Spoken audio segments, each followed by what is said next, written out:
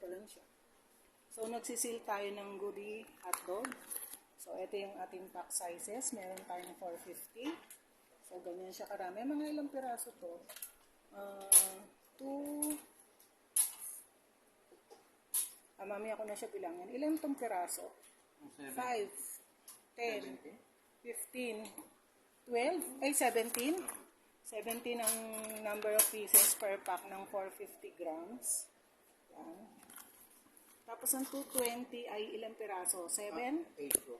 May 8. 2, 3, 5, 7. So, 7 pieces yung 220. So, meron tayong 220 grams per pack. Merong 450 grams per pack. At may pang trial size tayo na 100 grams per pack. Yan. So, yung mga gustong mag-try, yan muna yung ino-order nila para lang matikman. Yan. So, ayan. So, mag-seal na tayo. So, ang setting natin nasa 42 seconds. So, hintayin natin matapos ang sealing.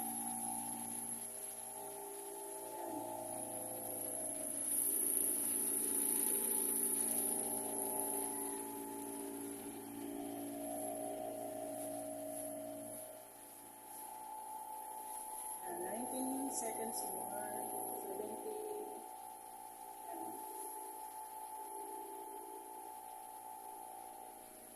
Tingnan natin dito mamaya. Pag nag-release yan, sabay yung magpa-vacuum.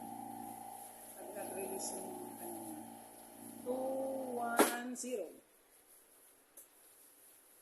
Pag hindi siya yun, nag-vacuum na siya.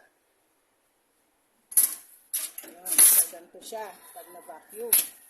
Yan, ito yung 100 grams natin. Yan. So, ganyan po ang ating pagsisil ng ating goodie hotdog. Try nyo na to. Masarap to.